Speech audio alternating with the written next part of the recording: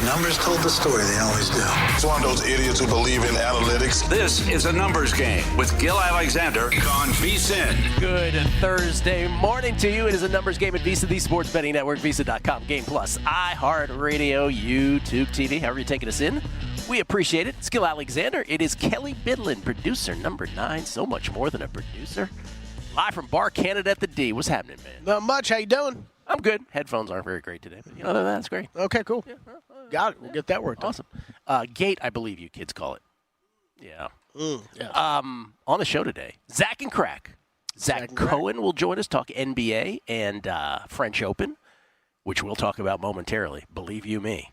And then, of course, the Crack Man, unscripted Bill Krakcomberger, will come on the show. Plus, and it says here in my rundown, Kelley, and I know it says it in my rundown because you wrote the rundown, it says, Ben Wilson on college baseball, comma, all-around nice guy. Kelley makes judgments on our guests now as well.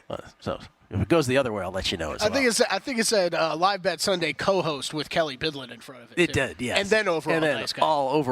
Overall nice guy, pardon me. Yes. I never know if you get Which catch Ben things is, like by the way. I leave little Easter eggs in the rundown. Yeah. Go caught that just one to see if I'm paying attention. It's like, Gil didn't notice that line. All right. Let's start with the Guardians. We got to do baseball. We got to do tennis. Let's start with some of our bets because last night was a by and large quiet night in the world of sports, meaning that there was no basketball game. There was a hockey game, which was awesome. Edmonton comes back to beat Dallas 5-2 and even up their best of 7 Western Conference Finals in the NHL at 2 games apiece. So both the East and the West are 2 games apiece. But Edmonton spotted Dallas 2 goals in the first period. When I say first period, I mean like first minute and then first 6 minutes. So it was 2-0. Edmonton's crowd was quiet. Remember our buddy Andy McNeil, who's from Edmonton, Alberta. He's got Dallas Stars futures, but he's like, Awkward.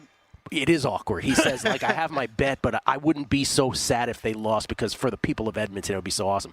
And then Edmonton scores 5 in a row, 2 in the first period alone to tie it up in the first frame.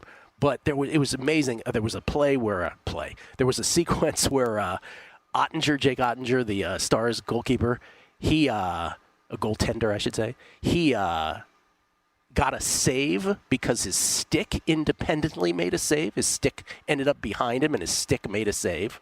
So not your common stick save, but the stick doing its own thing. And then there was a goal later where Connor McDavid purposely shot the puck off of Ottinger's pads to get it to his teammate Bouchard, who put the biscuit in the basket. It was just an amazing, and they were talking about it. Wayne Gretzky and the crew were talking about it on the broadcast lesson. So that was great in sports. But for our bets, the Guardians go down. And that, for those of us who bet most wins by the end of May update, for most wins in the month of May, here's your update. That's over for us in Circa. They lose to the Rockies. The Guardians do 7-4. Guardians looked like they were double parked that whole game. Like they were like, we just want to go and have our day off.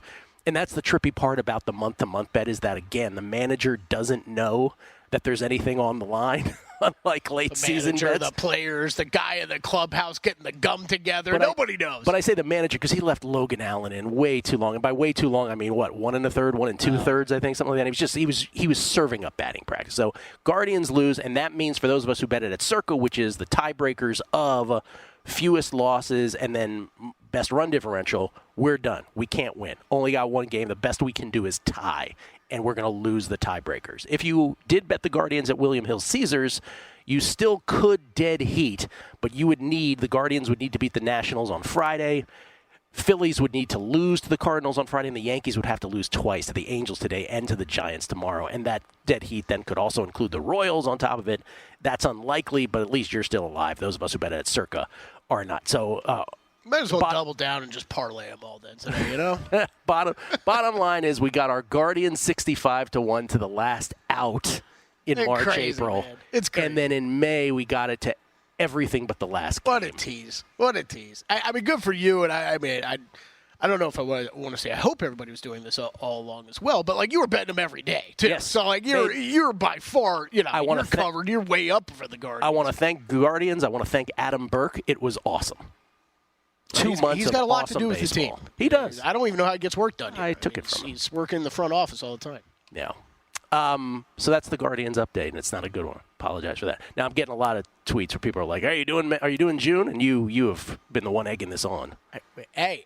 All I said is, as your friend and a bettor, I'm not pushing anything. No, you're not saying this, my friend and a bettor. You're As saying it show as producer, yes. as content, as we need content. Gill, it's June.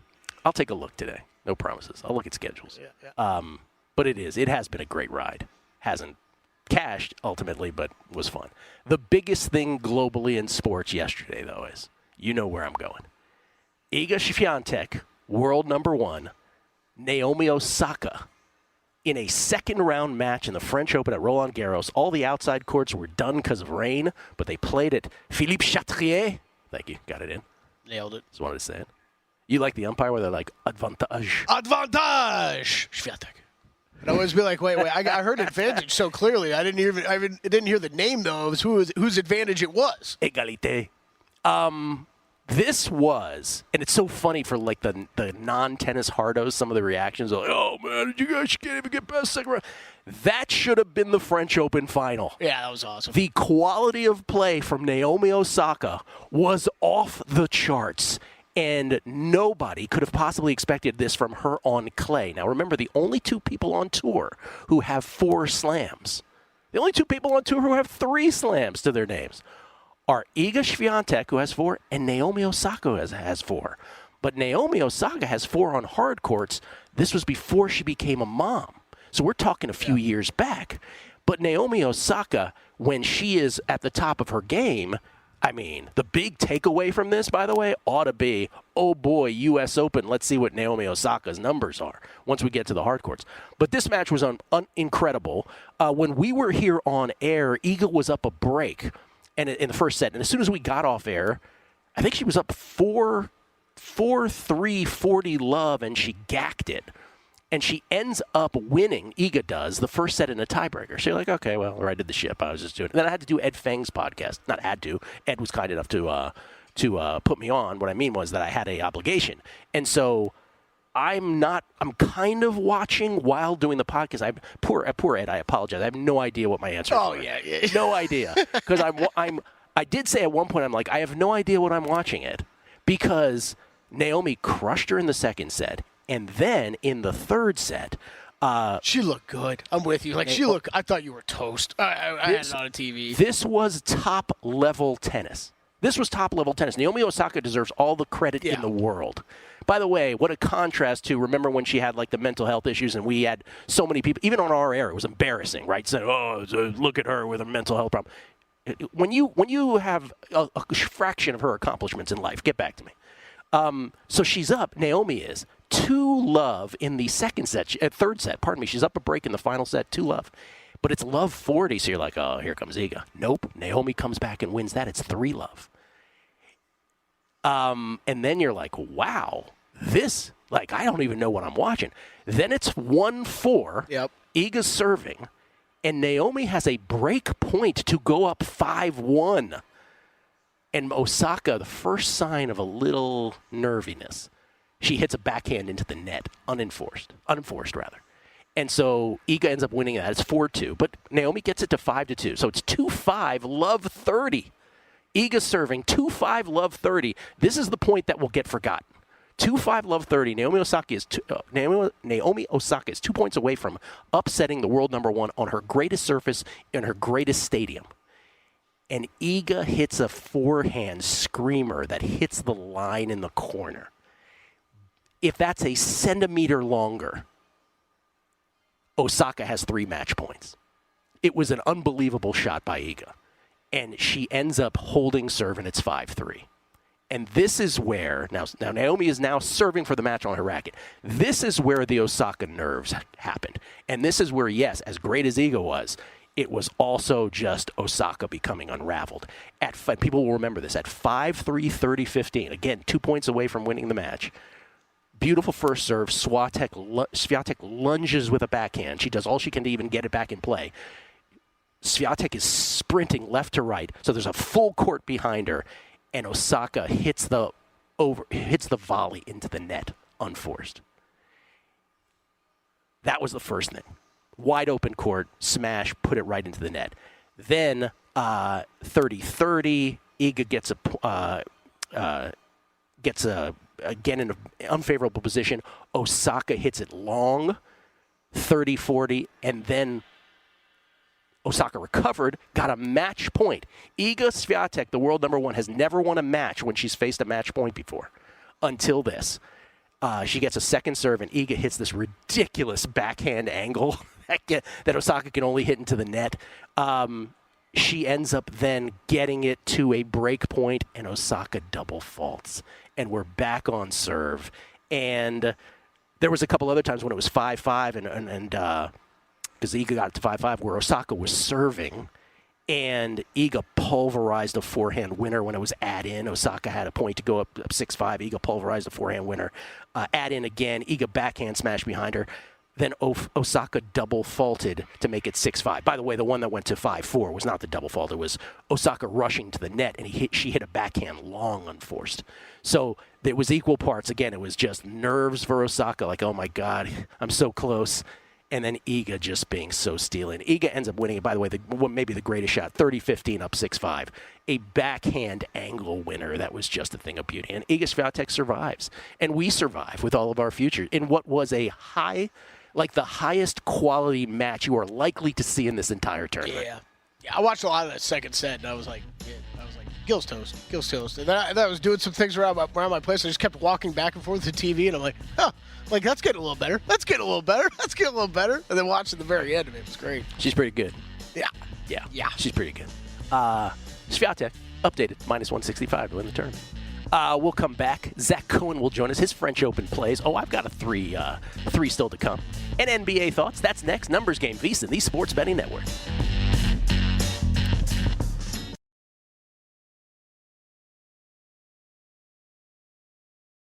A Numbers Game on VSiN, the Sports Betting Network. Numbers Game presented by Zyn Nicotine Pouches, America's #1 nicotine pouch. Find out more at Zyn.com. And for a limited time only, we're slashing the price of our annual subscription. When I say limited, I mean tomorrow is when it ends. Dunzo tomorrow. Normally $240. You can now secure your subscription for just $199. Sign up today. We'll throw in an extra 2 months for free. That's 14 months of VSiN Pro access for less than 50 cents a day when you use promo code ANG. But hurry, it ends tomorrow. With VSiN Pro, you'll get immediate access to our daily best bets, complete with a leaderboard showcasing the hottest VSiN experts, betting splits that reveal where the money and bets are trending for every game, exclusive betting systems, premium analysis, and 24/7 video content. Remember, though, tomorrow is when it expires. Expired! So visit VSiN.com/subscribe now to grab your 14 months of VSiN Pro for just $199 with promo code ANG. ANG like a numbers game. ANG. That's VSIN.com/subscribe. Gill Alexander, Kelley Bydlon, live from Barcanada, the barrage here at the D. We get tweets at Beating the Book from T. Sheldall. He says, I couldn't let the Guardians hurt me again, Gill, so I took the Royals 35-1 this month, so yeah. Anyway, check out the Mariners' schedule next month, he says. Okay, I will. Let's see here. Yeah. So John Fitzgibbons is tweeting about this. Did you see this play? We talked last week about this play that ended the Orioles-White Sox game, where Andrew Vaughn of the White Sox was on second base. There was one out. There was one in the first and second. You made me watch it. It was incredible. Yeah, like his back is to the outfield. Thing I've ever seen. The infielder grazes him. I think it was Gunnar. Who was it at the time? Maybe it was Gunnar. The infielder grazes him, makes the catch, and Don't tell me that happened again last night. Oh, the Yankees have the bases loaded against the Angels. There's a pop-up to second base. So, Juan Soto sort of lollygags back to second base. He's on second. And again, but the infielder misjudged it. He was in front of it and had to back up into him. So he grazed it. He goes into Soto. They call... Same thing? They call Soto out. Aaron Boone goes ballistic. I don't have the audio. At least they're on this consistent. Aaron Boone goes ballistic. He gets tossed, right? And not only that, they called the infield fly rule. So let me just add this layer. So the batter is out no matter what. Right. Yes. And so calling interference on Soto also gets to this level of we're not even talking about the actual baseball course of events anymore. Like it's an infield fly rule. It's an infield fly. It's insane. I don't know what's going on with I don't even understand how you can call runner interference on an infield fly. I don't know. Because like you're saying, the guy's out anyways. Kevin Ryan, Gill, unfortunately, baseball is by far the hardest sport to win on. You probably win Cleveland best record, if not for getting taken down by the two worst teams in MLB, hence the whiskey and revolver. He's right. The Guardians' kryptonite this month was the White Sox and the Rockies. Was that Nick Bogdanovich's line? That's Nick Bogdanovich's line. That's exactly right. And then Stephen Vegas texting about there's so much drama in baseball. This guy, Jorge Lopez, who pitches for the Mets, who Epic. Terrible outing, throws his glove into the stands, post-game interview says, I play for the worst team in baseball, and the Mets are like, DFA, buddy. I'm becoming a Mets fan just from some of these guys. That's a great way to say I quit. Designated for assignment. And then finally, I think this tweet, we got so many Iga tweets, but this one sums it up best. This is from Iron Wing Cards. Iga just showed the will to match her skill. What a performance.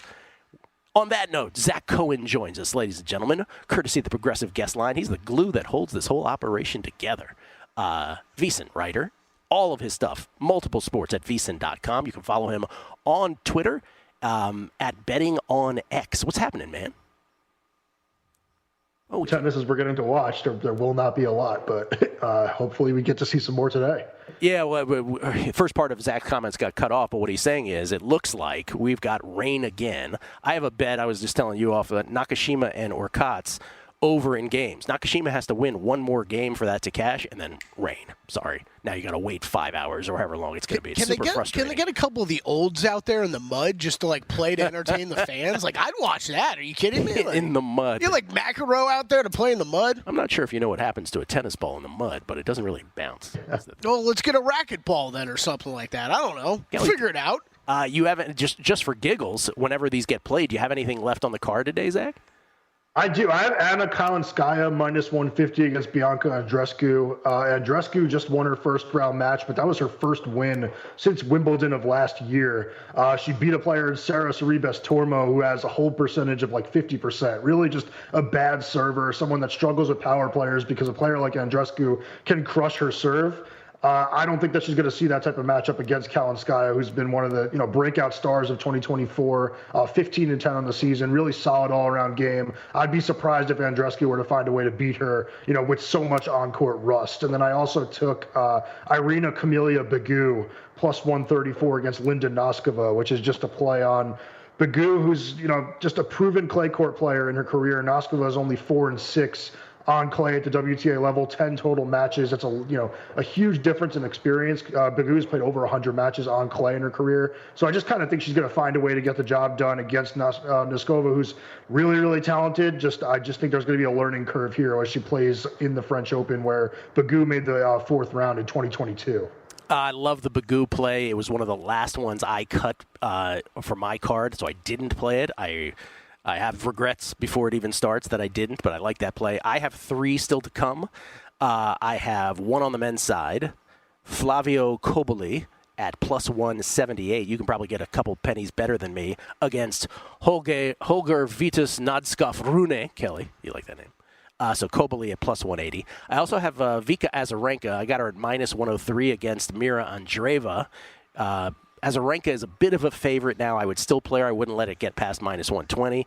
And then I still have Mayar Sharif, the Egyptian, as a $3 dog. I actually got her plus 308 against Maddie Key. So I think the clay court run ends for Maddie against Sharif today. I like the $3 dog. So those are the ones that I have that have not started. I have couple others that are, actually I have 3 others that are in play and interrupted, which is a whole bunch of fun, as you know. By the way, you buried the headline on Kalinskaya. Yannick Sinner and Kalinskaya are a couple? What is that? Yeah. Oh my! That's a power couple for the ages. I mean, that's a really, really good one. It was kind of a secret at first, and the Twitter detectives saw a picture where his phone was being called by an Anna. Yeah. That's I believe how the rumors started, and then they were spotted out together in Rome. But, wait. How did the rumors get started? Wow, this is Real Housewives. I believe it was they took a picture of him with his coaches outside, and on his phone, if you zoomed in, he was getting a call from an Anna. Oh, Anna. And it just happened to be her. This is like the Tyrese Halliburton FaceTiming from the locker room situation? Yeah, that was incredible. I don't know that one. What's that? It was the same thing. Someone took a picture of someone in the stands getting a call from Halliburton. Oh. But you're I don't know if that's actually him or not. Last thing on this, because I don't want to make it to the Real Housewives of the French Open, but Yannick Sinner out-punting the coverage there, right? Wouldn't you say?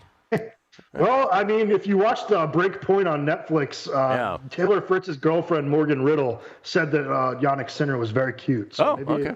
I've never heard of Morgan Riddle at all. Definitely don't follow her on Instagram. This is also Nick Kyrgios' ex-girlfriend. Everyone is Nick Kyrgios' ex-girlfriend, dude. Legend. Everyone. Where's he at? Get Nick back. Get him in the mud bowl. All right, let's go to basketball. We have basketball tonight. We have Game 5 in Minnesota as the T-Wolves try to achieve step 2 in the 4-step process of history, coming back from a 3-0 deficit. Again, 0-155 in the history of the NBA. Teams that trail a best of 7, 3-0. They get the win in Game 4. Now they're back at home for Game 5. They would have a Game 7 at home as well. The Minnesota Timberwolves just keep taking money here. They are up to, I see 4.5, but I see some 5s out there as well. We've got 4.5 as the consensus on the T-Wolves. 209.5. What are you doing with this? I like the minus 4.5, honestly. I thought that the Timberwolves got back to playing really good defense in Game 4. The defensive rating for this team has been about 107 throughout the course of the playoffs. It was way higher in games 1 through 3. Got back down to 107 in that Game 4. And I thought they did a really good job of containing Luka Doncic. I thought Gobert held his own in drop coverage in that game, and they stayed at home on the shooters for the Mavericks. PJ Washington did not have, a good game from 3. I thought that they did a really good job of just contesting shots and not overplaying and not really letting Luka or Kyrie get into their groove. So I thought that they really bounced back strongly. I think that Lively being out for Dallas is a huge deal just because I think he's a much better decision maker than Daniel Gafford. Obviously, it helps to get Maxi Kleber back for the Mavericks, but he looked a little reluctant to shoot, a little rusty out there. So I think that this is a good spot for Minnesota. I would lay the 4.5. I probably would say Dallas gets it done in Game 6. I'm not expecting, a 3-0 comeback here, but this is definitely the situation that it seems like it would be most likely that it would happen with, the better team being down 3-0 and, Lively being injured. Yeah, you anticipated my next question, but you answered it with saying if you think the Mavericks do still get it done ultimately. Last thing, we got 30 seconds.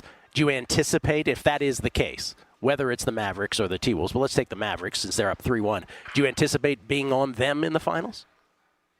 I would be on the Mavericks in the finals. I would just have a really hard time laying like going away from that number when it's going to be two really strong defensive teams. It's going to be very similar to this series, I think, where the games come down to the final 5 minutes, but I just trust Luka Doncic and Kyrie Irving a little more than I do, Jason Tatum and Jaylen Brown. Obviously, Drew Holiday being out there changes things a little bit. Like, he's just such a good player on both ends of the floor, has been there before, has won a championship. But I just think it'd be really hard not to take like a plus 180 with Luka, who would be the best player on the floor. Thank you, Zach. Appreciate it, man. Thanks, guys. I have a college basketball bet next. A numbers game on VSiN, the sports betting network. We are so close to crowning an NBA champ. When they get around to playing the finals. And with the action heating up on the court, it's even hotter at DraftKings Sportsbook, an official sports betting partner of the NBA. New to DraftKings? Well, listen up. New customers can get a no-sweat bet up to $1,500. Just deposit at least $5, and you'll get a bonus bet back equal to your first bet if it doesn't hit.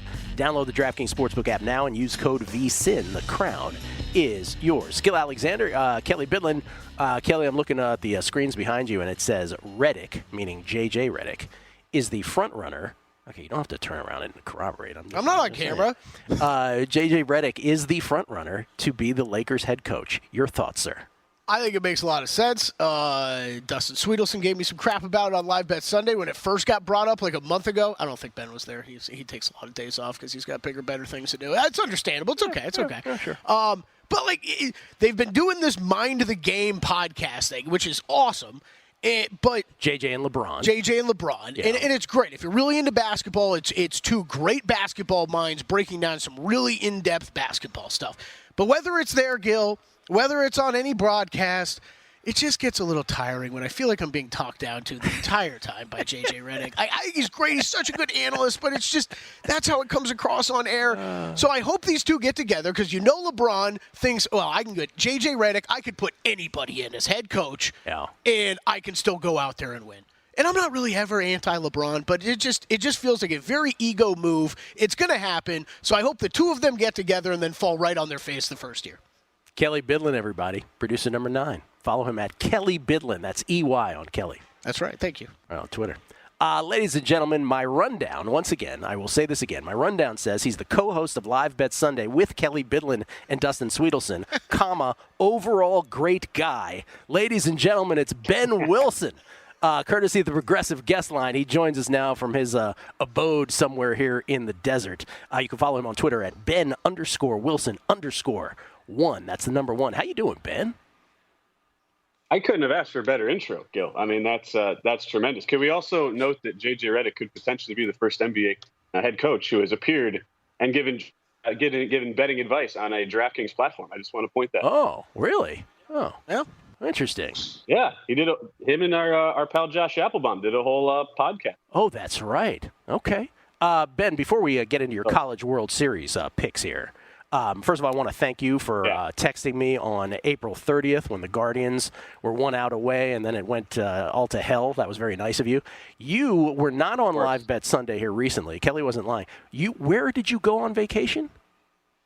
Yeah, it's very hard to get vacation when we have the 5 different network moving path. Like I feel like it goes on for like 11 months of the calendar year for me. But I had a little family vacation in Bermuda. It was my great aunt's 80th birthday, which was great because it meant we're 4 hours ahead of the West Coast, which means watching the French Open a lot easier. And I also got to play some clay court tennis. So great time. Wow. Great times all around. Is that legit clay or is that archery? That's legit clay over there, right? Oh yeah, legit. It's legit clay. Their clay is sort of a grayish clay, but very, very nice. All right, the reason I bring that up is because most people do not go to Bermuda. Bermuda, Kelley, is off if you went directly east off the coast of North Carolina. That's where Bermuda is. It is British. It is expensive. Right? Right, it is an expensive place. What is it, Horseshoe Bay? Was that the nice place? Horseshoe Bay, one of the beaches. It is gorgeous, but like, Ben Wilson's of the world, they go to Bermuda. It's a fantastic place. Hey, Ben, you know what I've always wondered about it is what's the split on like Americans versus Europeans? Yeah, good question. I would say it's more like Americans versus Brits because it's there aren't that many flights to Bermuda. The only international one outside of the U.S. is just London because it's a British colony. So I would say it's 65-70% U.S. And when I say U.S., I mean like very wealthy New Yorkers, basically, because it's like an hour and a half flight from New York. I realized this as I did my cross country jaunt, how easy it is, with the caveat of you have to be basically based in New York or Boston or something like that. And then maybe 30% Brits from the UK. It's like Mayor Bloomberg hangs out there, Diddy, that kind of crowd. Yeah, basically. All right, before we get to college baseball, any French Open plays today, Ben, that you've made for everybody? Not individually. I just wanted to, the Alexander Zverev stuff, and just before we came on, he finished off David Goffin. If you can still get him, like over 4-1. I saw he was plus 470 for the just futures-wise going into the tournament, but I mean, that's part of the draw, which is the quarter. Gill, you and Drew talked about this a bit just in the preview, but especially now that Zverev got over like the one big hump, which was obviously that guy named Rafa and how good he looked in dispatching him in round 1. It's pretty telling to me. You see the odds up there that Zverev and Djokovic, who could potentially meet in the size based on the futures, are going to be, around a pick 'em or very, very tightly lined. And the Zverev numbers, the serve points and return points combined now over the last year on clay are getting up to near 110%, which is sort of like that, the Rafa Djokovic territory that has pretty much been untouchable on that surface. But it's obvious that a guy stylistically you wouldn't expect to have such good success on just this, this massive, imposing, big serving guy like Zverev has found so much success. And I mean, I can't remember a time where he was in better form. So that would be the guy I'm kind of targeting right now. And again, Medvedev's a guy he would line up with in the quarters who has been sort of chronically unable to really figure out clay and has almost made a joke at his own expense about how poor he is on that surface. So that's kind of my look, at least on the men's side right now. I like it. All right. I've had Ben on the show to do College World Series with us for a couple years now. And Ben used to say, Gill, I am not a college baseball expert, as he's rattling off like a 13-0 stretch in his game. Who do you have in the College World Series? What bets have you made to win it all? Sure. So, unfortunately, it's been a weird year where a lot of times, teams I like at the, say at the start of the season, will then have that inevitable, mid-season swoon. It's really hard to play a consistent, start to finish college baseball season, and I'll just kind of wait, get some teams at good prices. And I really wasn't able to do that this year because the teams I covered early that I was really impressed with: Texas A&M, Tennessee, and yet those are your two short shots. So yeah. I did not advocate betting those teams. I personally believe those are for my money, who I've watched, those are the two best teams out there right now. And having gotten to call those teams, see them up close, talk to the coaches, like I really believe it's just they've been so good all year. There's just not really value betting them right now. But I do believe those are 2 of the 8 you're going to see in Omaha. And should they stumble at all early, say in regionals or maybe get down 1-0 in a super regional, that's the time you come in to bet on those teams, because right now you're just paying too big of a tax. So I would kind of just keep those teams in mind. Just it's not really bettable right now. What I would go to, at least on the regional side, one of the kind of sort of key components, Gill, we've talked about over the years, it's as much as college baseball can be pretty chalky, there are these sort of sleeping giant, mid-major teams that get slept on. And I think we have the perfect kind of elixir here of really, really good mid-major who's been there before in Indiana State, who is facing an SEC team. Now they're in part of the 4-team regional here, so it's not just heads up, but that's the Lexington regional, where Kentucky as an SEC team just naturally is being pressured here because of how much respect the SEC gets as the best conference in college baseball. But you look at the advanced numbers, Indiana State, better numbers on the pitching side overall, better numbers on the hitting side.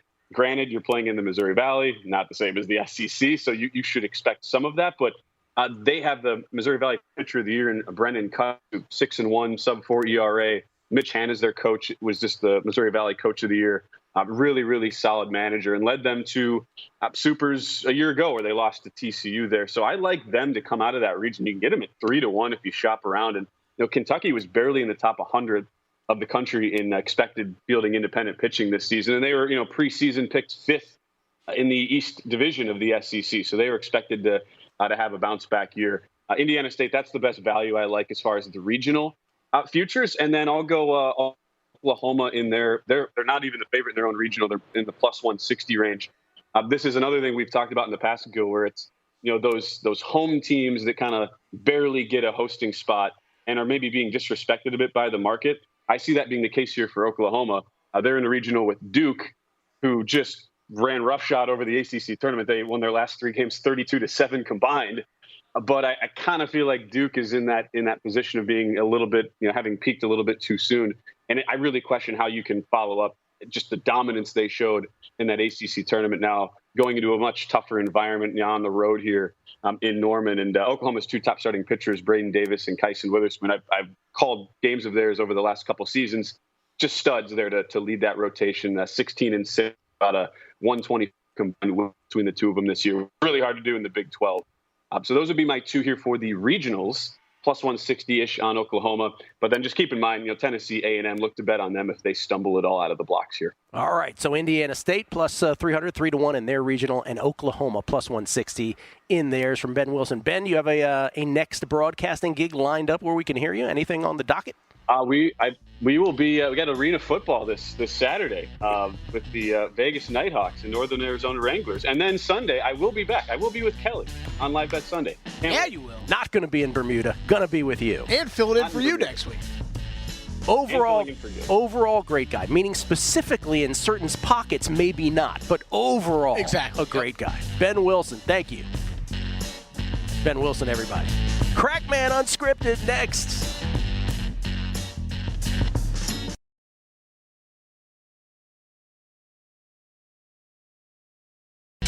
A numbers game on VSiN, the sports betting network. So close to crowning an NBA champ, and with the action heating up on the court, it's even hotter at DraftKings Sportsbook, an official sports betting partner of the NBA.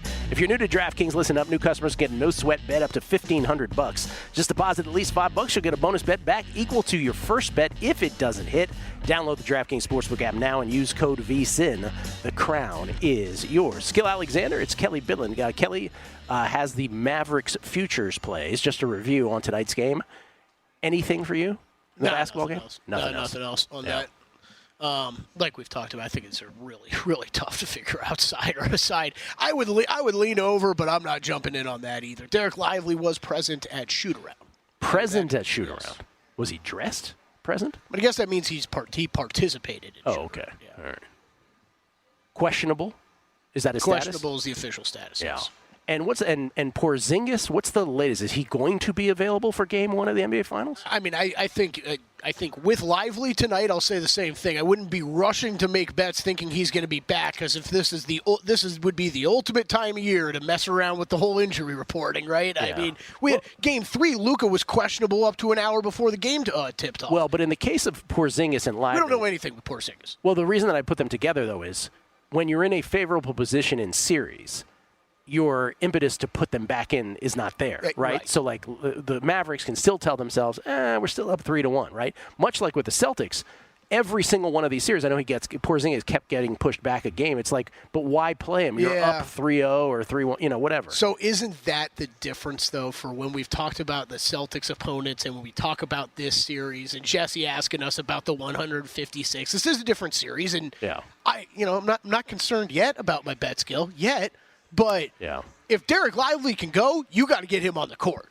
Like, I'm not messing around. Even up 3-1, he's got to get on the court. For Kelley's bets. That's right. Kelley's getting very angry. Bill Krakcomberger, everybody. At Bill Crackman with a K is his Twitter. Wisecracks, the name of the podcast, which he does with John Orlando, the son of Tony Orlando.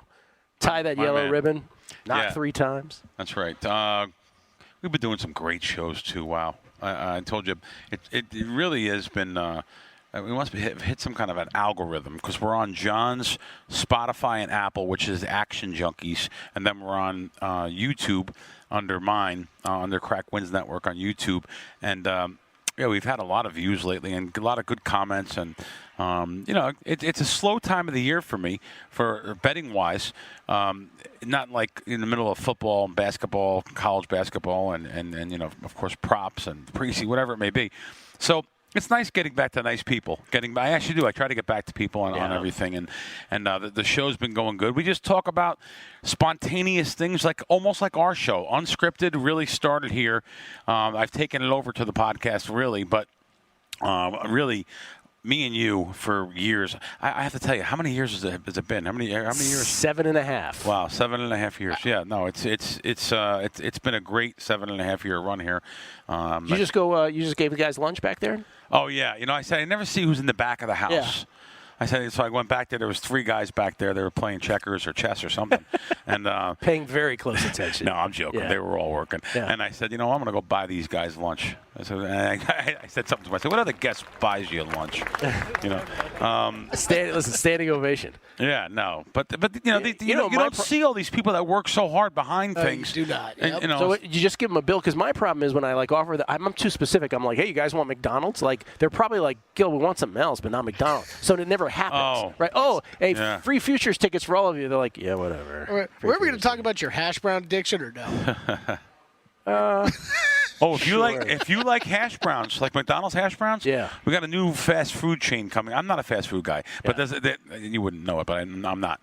I'm just. But however, there's a thing called Bojangles. Bojangles, which is I think it's from the South. We had it in D.C. Oh, you've had it. Bojangles. So they have these little hash brown thing called Bo Rounds that a buddy of mine in South Carolina introduced. They were great. So that's coming to town now. Yeah. So there's going to be a ton of locations. Are you talking about the actual McDonald's hash browns? I don't think I've ever had. Here's the problem. In decades. I am not a fast food guy, nor am I necessarily a McDonald's guy. Yeah. But when we moved to the D, the problem is there's this McDonald's downstairs. So convenient. So what am I supposed to do? Not have McDonald's breakfast? Oh, okay. Gotcha. So the hash browns are awesome. It's funny because McDonald's is the only thing I would ever eat there is a morning thing. It's the egg. By the way, egg sandwich. The egg McMuffin. McMuffin. That's it. That's the classic. I like the classic. McMuffin. That's the only thing. But yet everyone come. Listen, I have buddies come here for their Stones. As soon as they got their limo, these are big money guys too.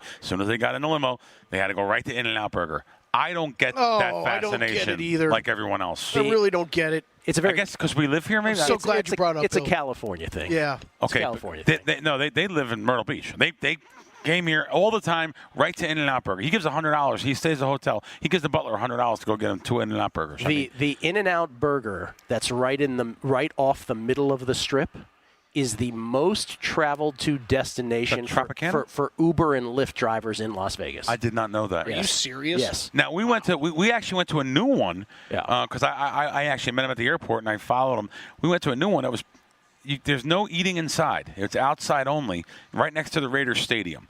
It's an outdoor only. Oh, on that other side. Yeah, right? on the other side. By the way, great location to go to. There's like a bar or something over there too, right? It was all outside things set up, but you can't eat inside. So apparently, In-N-Out doesn't realize that we've had very cold winters here the last couple of winters. But hot summers. The In-N-Out thing is it's very California thing. There's also a secret menu, right? Yeah. So it becomes this thing. Yes, it's a cult thing. By the way, the fries are not good. I agree. Yeah, it's a good. I don't like the fries either. It's a good burger, but people make it sound like it's the greatest. But how can it not be good fries? They're actually taking the potatoes in front of you, fresh cutting them and frying them. I don't get it. They're not using. Have the other ones that are prepared. I don't want to see how they're prepared. That's Bill. right. Okay? They're using probably a healthy oil and that doesn't have the taste of the same oil they've been cooking it all week. Yeah. Probably, yeah. No, you're probably right. Give me a Five Guys burger any day over In-N-Out. Good question. Las Vegas locally on Twitter asked the other day, what's the best hamburger in town? I like a good burger. Yeah, me too. Now, why do I have to give Peter Luger's more credit? Right now, the best burger to me is that Peter Luger's burger. You said that multiple times. I got to go have that. Peter Luger, go to the bar. I got to have that. Go to the bar. and No good? I disagree wholeheartedly. Wow. Is that your sushi place? You got the burger, though, there? You had the burger? I got the burger there. I did not think it was that great. Wow. See, I got a really good burger there when I had it. Bill 80's spot has the best burger. Okay. Are we allowed to talk about it? Yeah, seriously. Oscars downtown. Oh, someone else that was on the list. That was when someone else said Oscars. Oscars is the best burger in Vegas. Yeah, Oscars. Okay. I had a friend arguing with me the other day. Does that ever happen to you guys? Of someone misremembering sometime you were with them? He was like, "Remember that time we were at Oscars?" I'm like, "I've never been to Oscars before." In my life. Yes, you were. You were there with me. Blah blah blah blah, yelling at me. I've never been there before in my life. Man. I love that. Know what you're talking to. No idea what you're talking about. You know who was with him? Preston Johnson was with him. Right? He was like, "You were with me, and you had a terrible bet that day." Like that guy screaming at you at the South Point. Nice call on the under of the All-Star game. That's right. So Fez just said I can give this out. Perfect. Fez, and this will move, folks. Get your pens ready. Well, I'm going to guess before you even tell me. Okay. This is a NFL play in one of these early weeks of the season. That's exactly what it is. I knew it. NFL Week 1. Get your money out and prepare for the sports books to hope you die before the game comes off. Yes, Week 1. Jaguars and Miami under 49.5. So the problem with Fez, I love him to death. He's listening. He says, hey, MGM has 49.5. So instantly I go to my BetMGM app on air, rudely, on the show, and it's, of course, 48.5. And why? Because Fezzik told me and 5 other people. Yeah. So, but which I would have, certain places I have better limits for sure because BetMGM, which sponsors one of my shows, they're very good to me on their app. So now here's my follow-up question: percentage of the audience that just heard that play that will actually go ahead and bet a Week 1 very low, total. Very low. Give me a percentage of the audience. We have a very smart audience. We do. We have a very astute audience, so it's going to be more than just a regular show. I think 21%. 21? I say 21%. much less. Much lower. Much lower. I think the numbers game audience is higher than anyone else, but I still don't think it's close to 21%. All right. That is going to bet a Week 1 game here on May 30th? I don't know. Stevie Fezzik throwing out games. You never know. Well, there's the first person that showed me they bet under 49.5. Oh, I'm not saying it's no one. Yeah. But I'm just saying most people are going to hear that and be like, that's awesome. I'll see you in September. 21% is way high, too, because how many people are in their car right now listening? Or how many people listen on podcast form, too, after? Or you could do the Matt Brown thing where in the middle of the freeway you screech on your brakes and make a bet on. Don't text while you drive, boys and girls. I've done that too, and Gil's right. Yeah. You know what, you guys, I've gotten plays like this in the middle of driving. I'll pull over though. I'm going to pull over anywhere. Oh yeah. Yeah, for sure. Yeah. That was hilarious. That couldn't make it home. I had to pull off the highway. Mayar Sharif, our $3 dog, after getting bageled in the first set, is up 5-3, up a break in the second set. So we could be live here, heading into a third set. Billy, always Thank a pleasure. you, guys. See you guys in a couple weeks. Yes, sir. We've done all we can do. Gojo and Golic are next on the radio side.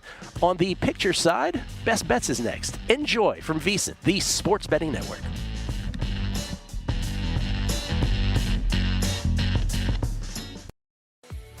Ryobi now makes floor-to-ceiling cleaning easier than ever with cordless cleaning tools powered by 18-volt ONE+ batteries.